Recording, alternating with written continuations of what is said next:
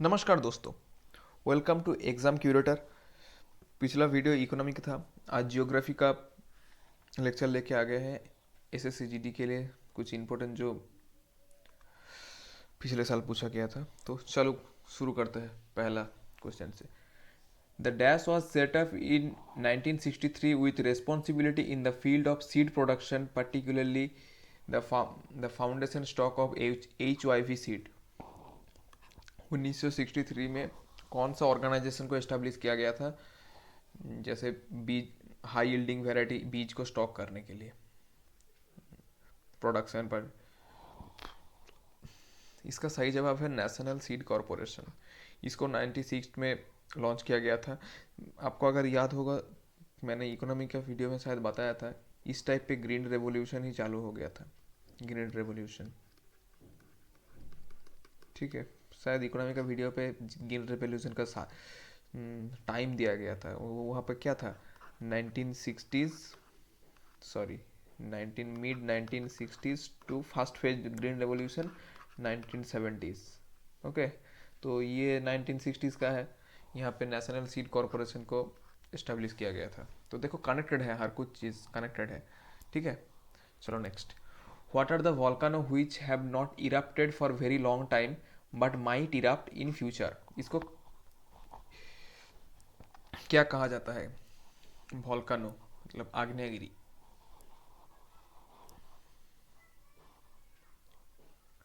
इसका सही जवाब है डॉर्मेंट।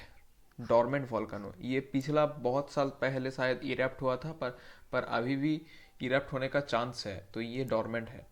इसको डॉर्मेंट वॉल्केनो कहा जाता है। एक्टिव वॉल्केनो कौन सा है? एक्टिव वॉल्केनो जिसपे फ्रीक्वेंटली मैग्मा निकलता है, मतलब कुछ ही दिनों के अंदर अंदर आपका मैग्मा वगैरह सब कुछ निकल के बाहर आता है। ओके।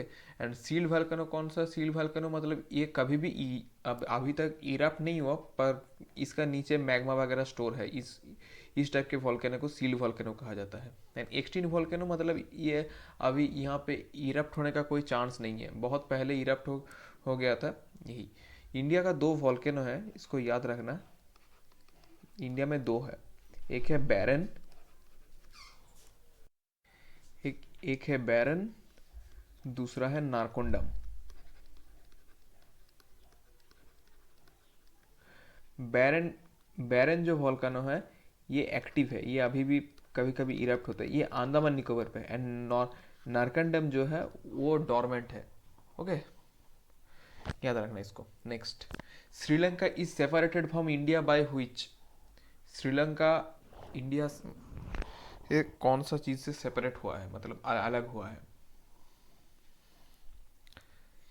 इसका सही जवाब है पाल्क स्टेट, मतलब पाल्क बे भी कहा जाता है यहाँ पे। यहाँ पे इंडिया का, वैसे वो आपको पता होगा, रामेश्वरम धनुषकुड़ी जो गांव वगैरह है वहाँ से। ओके, इसको पाल्क स्टेट श्रीलंका से अलग हुआ होता है। यहाँ पे भी राम सेतु है, इसके नियरी राम सेतु, ठीक है। चलो श्रीलंका का तो हो गया। अभी इंडिया पाकिस्तान का बताते हैं। इंडिया पाकिस्तान, यहाँ का बॉर्डर को क्या कहा जाता है? Red Cliff line. Red Cliff line. India Afghanistan, इसको कहा जाता है डूरांट लाइन। इंडिया चाइना, यहाँ पर है मैकमोहन लाइन। अगर पूछा जाए मैकमोहन लाइन कहाँ पर है, तो आप बताना अरुणाचल प्रदेश पे। अरुणाचल प्रदेश। ओके। और इंडिया चाइना में और एक है LAC, line of actual control, जहाँ पे गलवान का हमला हुआ था। वो ओके। एंड इंडिया पाकिस्तान का भी है, उसको तो सबको पता है, LOC, line of control.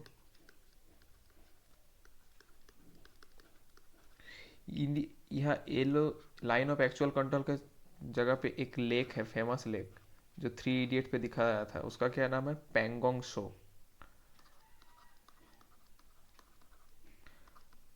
Pangong so lake, ठीक है। याद रखना, इसी तरह से हर चीज़ को कनेक्ट करके पढ़ना चाहिए। ओके, इंडिविजुअली इतना पढ़ के याद नहीं रख पाओगे।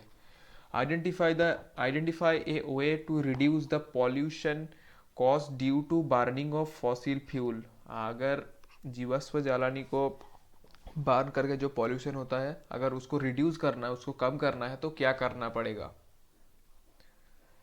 इसका सही जवाब है by increasing the efficiency of combustion process. अगर उस जो जलानी जलेगा उसका अगर हम एफिशिएंसी बढ़ा देंगे तो उसका एमिशन कम हो जाएगा। मतलब एफिशिएंसी बढ़ाओगे तो कम टाइम लगेगा, कम टाइम लगेगा तो बहुत जल्दी आपका बार्निंग प्रोसेस कंप्लीट हो जाएगा एंड उतना ज़्यादा CO2 भी रिलीज नहीं होगा। Okay, next. Which latitude line passes through the middle of India influencing the climate of the country? Which latitude line? ये तो सबको याद ही होना चाहिए। ओके, बताओ बताओ। इसका सही जवाब है ट्रॉपिक ऑफ कैंसर। इसको और क्या कहता है? कर्कट क्रांति रेखा। हिंदी में इसको कर्कट क्रांति रेखा बोल। ये कौन कौन स्टेट से जाता है ये भी पूछता है कभी कभी। चलो स्टेट का नाम भी याद कर लेते हैं, कौन कौन स्टेट से जाता है। पहला स्टेट हमारा कौन सा है? मिजोरम। अच्छा, नीचे लिख देता हूँ, मिजोरम। पहला स्टेट मिजोरम। फिर आता है त्रिपुरा। उसके बाद बांग्लादेश आएगा, पर वो तो हमारा नहीं है। उसके बाद आएगा वेस्ट बंगाल। फिर आएगा झारखंड। फिर आएगा छत्तीसगढ़।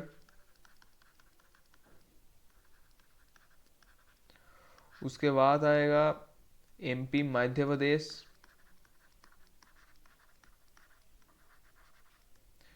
फिर आएगा राजस्थान। फिर आखिरी में आएगा गुजरात। ये पूछता है एग्जाम पे, किसी किसी स्टेट का नाम दे देगा, फिर हैप्पी बर्थडे करते रहना, ठीक है? चलो याद रखना, किसी के पास नोट नहीं है तो नोट ले लेना, मैं हर चीज़ को लिख के पढ़ा रहा हूँ। Next. In which among the following state arabica coffee grown in India? Arabica coffee कहाँ पे खेती होती है इसका? सही जवाब है कर्नाटका। कर्नाटका में अरेबिका कॉफ़ी का खेती होता है। मोटा मोटी 80% ऑफ कॉफ़ी इंडिया का वो कर्नाटका में ही होता है। चलो और एक इम्पोर्टेंट यहाँ से बता देते हैं कि कॉफ़ी बोर्ड जो है वो भी कर्नाटका में है। कॉफ़ी बोर्ड भी कर्नाटका में है, याद रखना, कभी कभी पूछ लेता है। अच्छा, वर्ल्ड पे विश्व में सबसे ज़्यादा कॉफ़ी प्रोड्यूसिंग देश कौन सा है? तो वो याद रखना, पहले में आता है ब्राज़ील। अच्छा, नीचे लिखता हूँ। पहले में आता है ब्राज़ील, उसके बाद आता है वियतनाम। ओके, फिर आता है इंडोनेशिया। याद रखना, सबसे ज़्यादा ब्राज़ील पे कॉफ़ी उगता है, उसके बाद वियतनाम पे, एंड तीसरी टॉप 3 पूछता है शायद। इंडिया में पहले पे आता है कर्नाटका, फिर केरला, फिर तमिलनाडु का कुछ पोर्शन पे होता है। Okay, next. In nomadic herding and herdsmen move from place to place with their animal for dash and dash.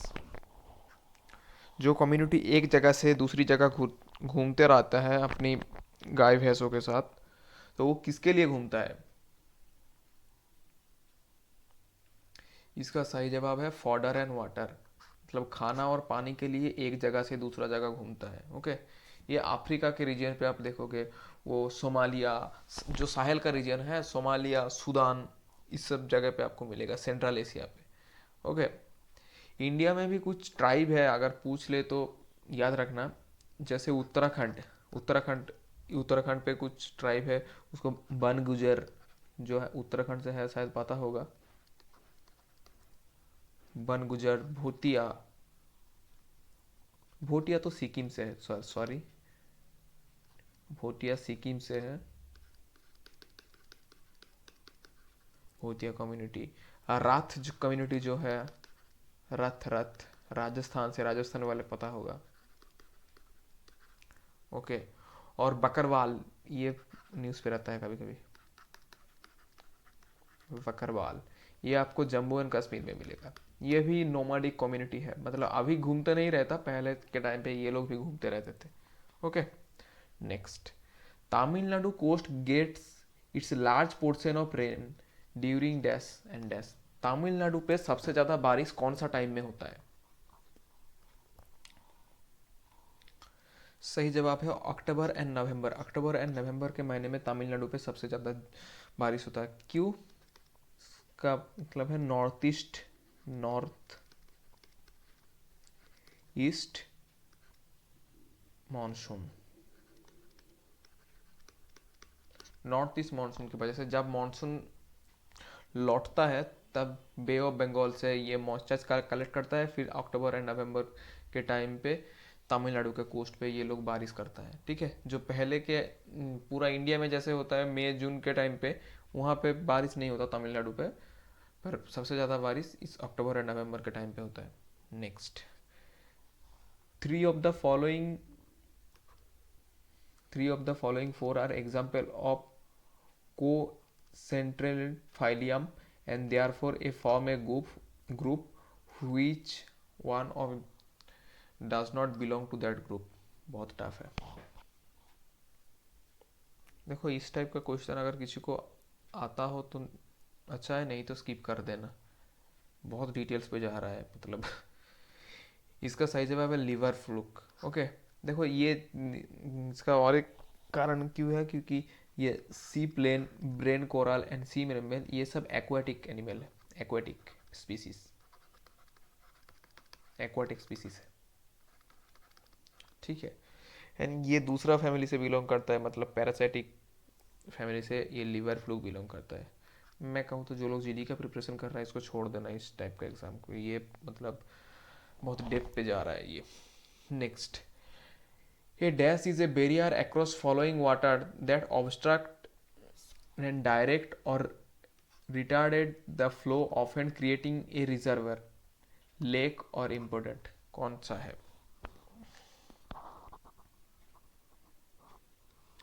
इसका सही जवाब है डैम, मतलब बांध।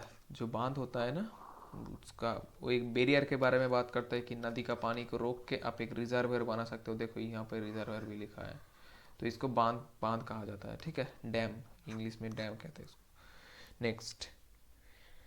The Hemis festival is predominantly celebrated in. Hemis festival जो है वो कहाँ पे सेलिब्रेट किया जाता है? इसका सही जवाब है लद्दाख। लद्दाख पे हेमिस फेस्टिवल सेलिब्रेट किया जाता है। जो हेमिस फेस्टिवल है ये बुद्धिस्ट फेस्टिवल है।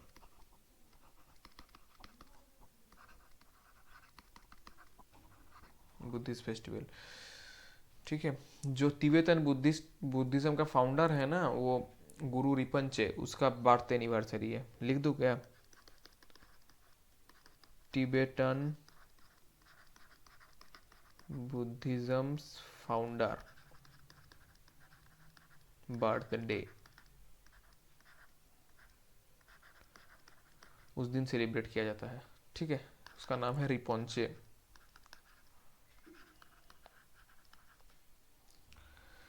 नेक्स्ट।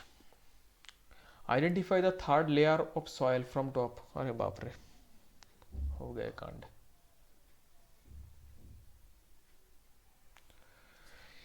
ये भी डिटेल्स पे है। इसका सही जवाब है substratum without the parent rock material. Substratum मतलब वो मिट्टी का लेयर होता है। अगर आप डिटेल्स पे एनसीईआरटी पढ़ोगे तो वहाँ पे मेंशन होगा। ये जीडी पे तो कतई नहीं आएगा, अगर ये पूछ लिया तो क्या है। लेयर का कुछ लेयर होता है, ए ओ इस टाइप से, ई बी सी, एनसीईआरटी पे इसका मेंशन है। तो इस लेयर पे जो थर्ड लेयर है उसके बारे में पूछ रहा है, वो कौन सा है? वो है सबस्ट्रम।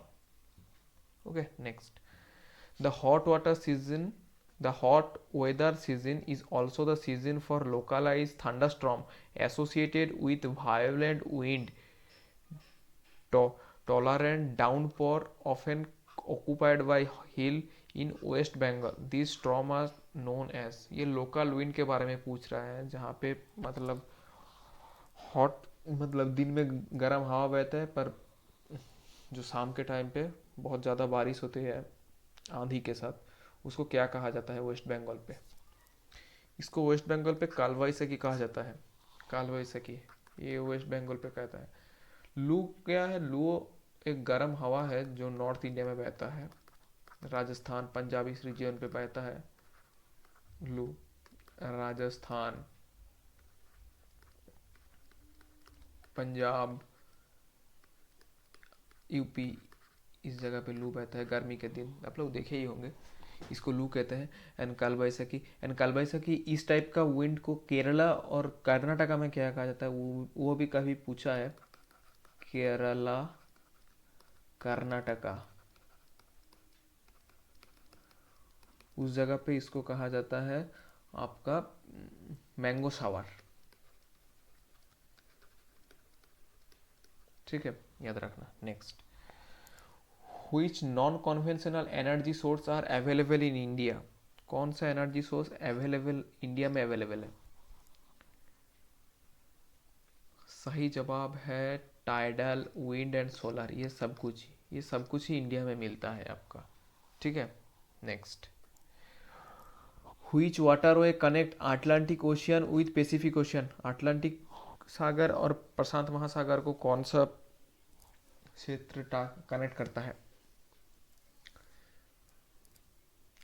इसका सही जवाब है पानामा कैनेल। पानामा कनेक्ट करता है अटलांटिक और पैसिफिक ओशियन को। सुएज किसको कनेक्ट करता है? सुएज करता है रेड सी को एंड मेडिटेरेनियन, मतलब भूमध्य सागर। मेडिटेरियन बनाना शायद, मेडिटेरियन का स्पेलिंग शायद गलत है, बट मेडिटेरियन। ओके, एंड ये Kiel canal and Volga Don canal, ये शायद रशिया पे है, रशिया में है। नेक्स्ट, शायद क्या है ही, cow dung is used in agriculture for?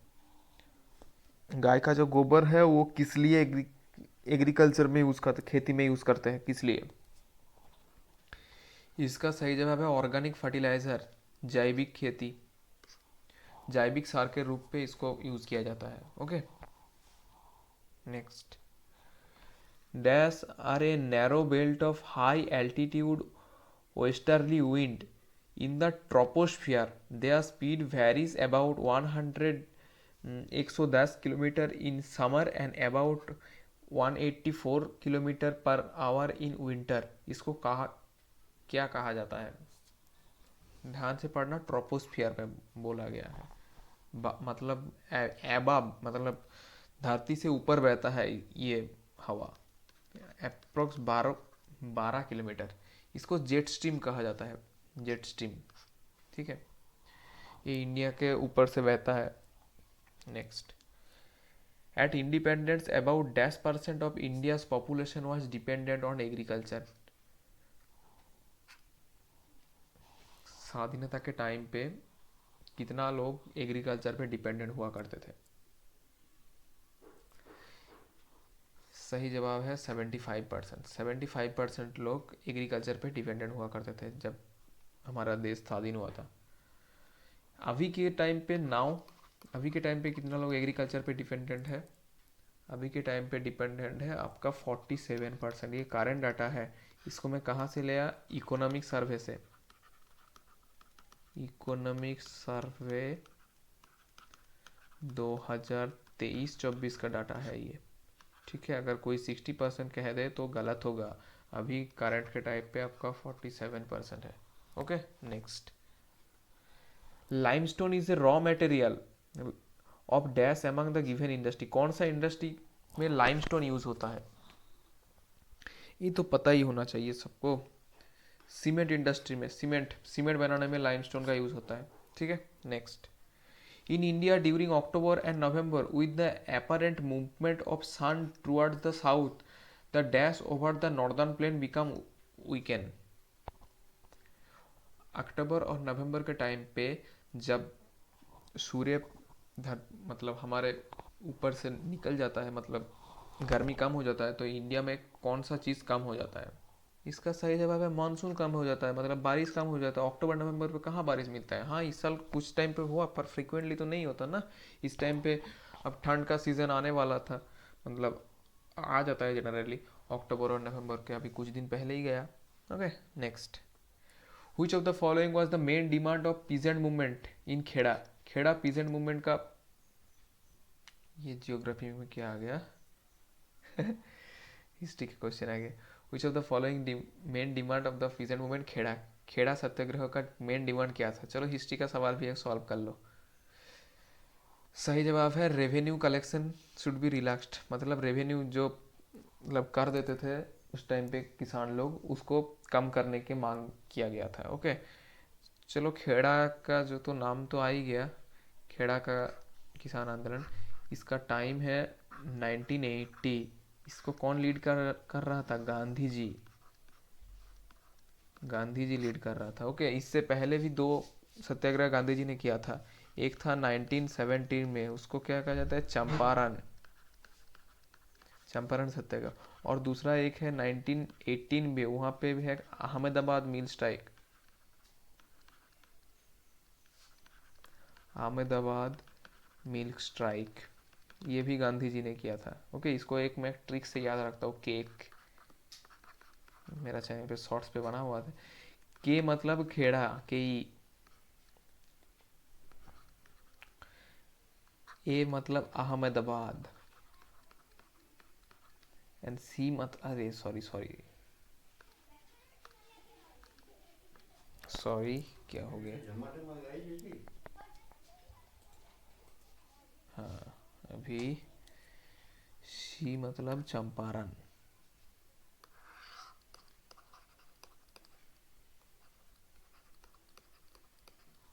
Next, peak the odd, कौन सा चीज अलग है? तीनों चीज एक है पर एक चीज अलग है, तो उसको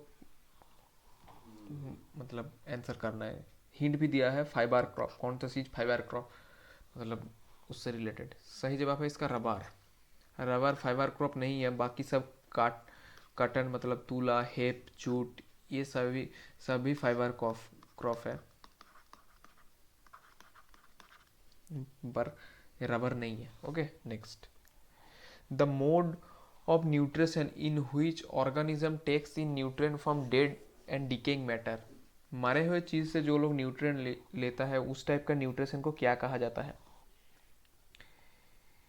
सही जवाब है सेप्रोटॉपिक न्यूट्रिशन। इस टाइप का न्यूट्रिशन को कहा जाता है सेप्रोटॉपिक न्यूट्रिशन। पहला है मोनोट्रॉपिक। मोनोट्रॉपिक कौन सा है कि एक ही तरह का खाना जो खाता है, only one type of food, only one type of food से जो लोग न्यूट्रिएंट लेता है, उस टाइप को मोनोट्रॉपिक कहते हैं। ऑटोट्रॉपिक कौन कौन सा है? ऑटोट्रॉपिक जो खुद का खाना खुद बना सकता है, जैसे ट्री जो खुद का खाना खुद बना सकता है। वैसे खाना तो हम लोग भी बना सकते हैं, पर हम लोग खुद ब खुद तो नहीं बना सकते, क्योंकि वो मतलब सब्जी वगैरह का ज़रूरत होता है, हम दूसरों के ऊपर डिपेंडेंट है, सब्जी, मांस, मछली, इस टाइप से। एंड हेट्रोटॉपिक कौन सा है? हेट्रोटॉपिक हम लोग है, ह्यूमन, जो खुद का खाना खुद नहीं बना सकता, दूसरों के ऊपर डिपेंडेंट है। उस टाइप का न्यूट्रिशन को आप हेट्रोटॉपिक न्यूट्रिशन कहा जाता है। Okay, next. Which of the following oil seed is in grow oil seeds is grown both at rabi and kharif crop? Rabi and kharif दो टाइम पे ही कौन सा जो ऑयल सीड है वो ग्रो होता है? इसका सही जवाब है कस्टोर सीड। कस्टोर सीड आपका रबी और जो खरीफ सीजन है दोनों टाइप पे आपका ग्रो होता है। बाकी ये तो मस्टर्ड तो रबी का फसल है, रबी। ग्राउंडनट शायद खरीफ टाइम पे उगता है। Okay, next. Which hills are मेघाल which hills in Meghalaya receive the maximum rainfall? Meghalaya में कौन सा पहाड़ बहुत ज़्यादा बारिश होता है वहाँ पे? सही जवाब है खासी। नाम से ही पता है, क्योंकि हम लोग मेघालय में जब पढ़ते हैं तीनों पहाड़ के बारे में पढ़ते हैं, गारो, खासी, गारो, खासी एंड जयंतिया।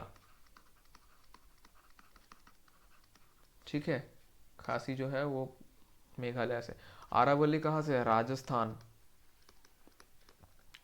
नीलगिरी, नीलगिरी जो है केरला कर्नाटका रीजन में। शिवालिक जो है ये हिमालयन रीजन का हिल्स है। ठीक है, मेघालय में एक ही है ये खासी। Next. Which country surround Tripura from west north and south side?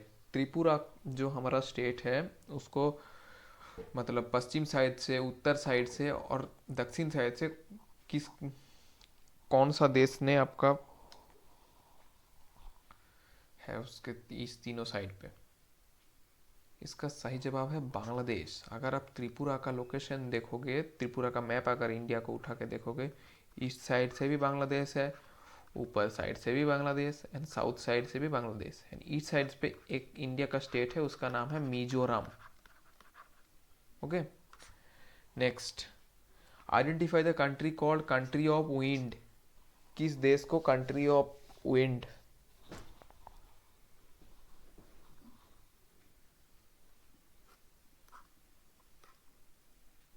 सही जवाब है डेनमार्क। डेनमार्क को कंट्री ऑफ विंड कहा जाता है क्योंकि यहाँ से इस देश पे सबसे ज़्यादा जो एनर्जी है वो विंड एनर्जी से ये लोग डिपेंडेंट है, इसीलिए इसको कंट्री ऑफ विंड कहा जाता है। Next, dash can be visualise as a functional unit of nature where living organism intact with themselves and also with surrounding physical environment?